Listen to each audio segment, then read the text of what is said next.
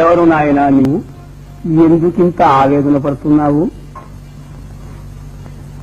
జీవిత పరమార్థం తెలుసుకోలేక ఆర్తి పడుతున్న అంధం. జీవితానికి పరమార్థం అంటూ ఒకటి ఉన్నలుగుతున్నావా? లేదా స్వామి, వేదాంగాల నెరిగిన మహర్షులు, దేశ దేశాలు జయించిన చక్రవర్తులు, పేద సాద అంతా పుట్టి పెరిగి మరణిస్తున్నారు. వీరంతా మరణించిన తర్వాత ఏమవుతున్నారు స్వామి? పిచ్చివాడా, లోకమంతా ఈ శరీరంతో జీవించి సుఖించాలని తాపత్రయపడుతుంటే మరణించిన తర్వాత ఏమవుతారనే విచారం నీకెందుకు? ఆ విచారం వదులుకో. నీకు అష్టైశ్వర్యాలు కలిగే మార్గం చూపిస్తాను, అనుభవించు. వద్దు స్వామి, అవన్నీ అనుభవించి క్షణికములని క్షుద్రములని తెలుసుకున్నాను. వాటిపై నాకు వాంఛ లేదు. నన్ను బాధిస్తున్న ప్రశ్న ఒక్కటి, మనం ఎక్కడి నుంచి పుడుతున్నాం, ఎక్కడికి పోతున్నాం? ఈ సందేశం నివారించింది.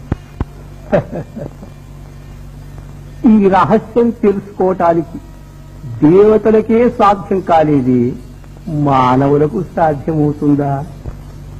మీ వంటి మహానుభావులే సాధ్యం కాదంటే మాకు దిక్కెవరు స్వామి? నేను ఈ దుఃఖభాజనమైన సంసారంలో కృషించి జనన మరణ ప్రవాహంలో కొట్టుకుపోవలసిందేనా? మానవుడికి తరుణోపాయం లేదా స్వామి? లేకే నాయనా, ఉంది. ఈ శరీరం విద్యలు రెంటితోనూ పుట్టింది. సంసార యాత్రకు మోక్షయాత్రకు ఇదే సాధనం. అవిద్యకే మోహితులమై కనిపించే ఈ జగత్తు సత్యము నిత్యము అనుకొని దుఃఖభాజనులమై సావు పుట్టుకల కుమ్మరిసారెలో తిరుగుతున్నాం. ఇదంతా అనిత్యమని, ఈ నాటకానికంతటికీ కారణమైన మహాచైతన్యం వేరే ఉందని, అది నిత్యము సత్యమని తెలుసుకొని ఆ ఆత్మానుభవం పొందాలి. అదే జీవిత పరమార్థం. ఆ ఆత్మానుభవం నాకెట్లా కలుగుతుంది స్వామి? భక్తి మార్గంతో కొందరు, జ్ఞాన మార్గంతో కొందరు సాధించారు. కానీ జీవన్ముక్తికి రాజయోగమే సులభోపాయమని పెద్దల మతం. రాజయోగం నాకెవరు ఉపదేశిస్తారు స్వామి? ఆ సమయం వచ్చినప్పుడు పరమాత్మే సద్గురువై వచ్చి ఉపదేశిస్తాడు.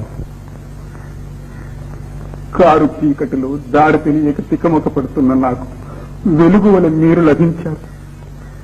మీరే నా గురువులు, నా దైవం. ఆ యోగ రహస్యం నాకు బోధి సత్యస్వరూపం చూపించండి.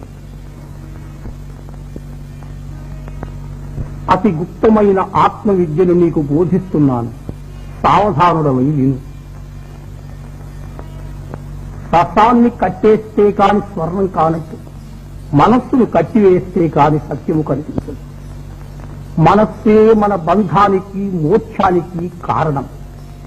మనస్సు స్వాధీనము చేసుకుంటే మనకు స్వాధీనము కానిదే లేదు.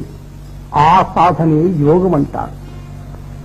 సాంగయోగాన్ని క్రమంగా సాధించి చిత్తవృత్తుల నడచి సమాధి స్థిరుడమైనప్పుడు నీ మనస్సుకు అనంత శక్తి కలుగుతుంది. అప్పుడు నీవు చేయలేని కార్యమే ఉండదు.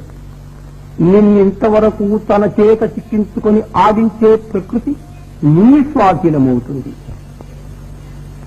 మోక్షం అంటే అదేనా స్వామి? కాదు నాయనా, అది మోక్షానికి మొదటి మెట్టు. ఆ అనంత శక్తి ప్రలోభానికి మోసపోక సుస్థిర చిత్తుడవై ధ్యానిస్తే స్వయం ప్రకాశము, సచ్చితానందమయము, శాశ్వతమునైన స్వస్వరూపానుభవం కేవల జ్ఞాన రూపంగా నీవు అనుభవిస్తావు. తత్వమసి అంటే అది. అప్పుడు నువ్వు నేను ఒకటి. అది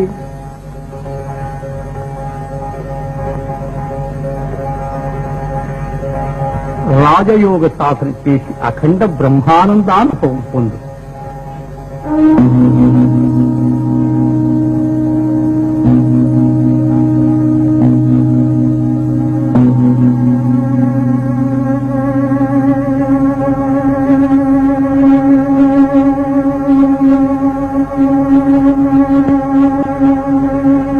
బ్రహ్మ గురు విష్ణు గురుదేవో మహేశ్వర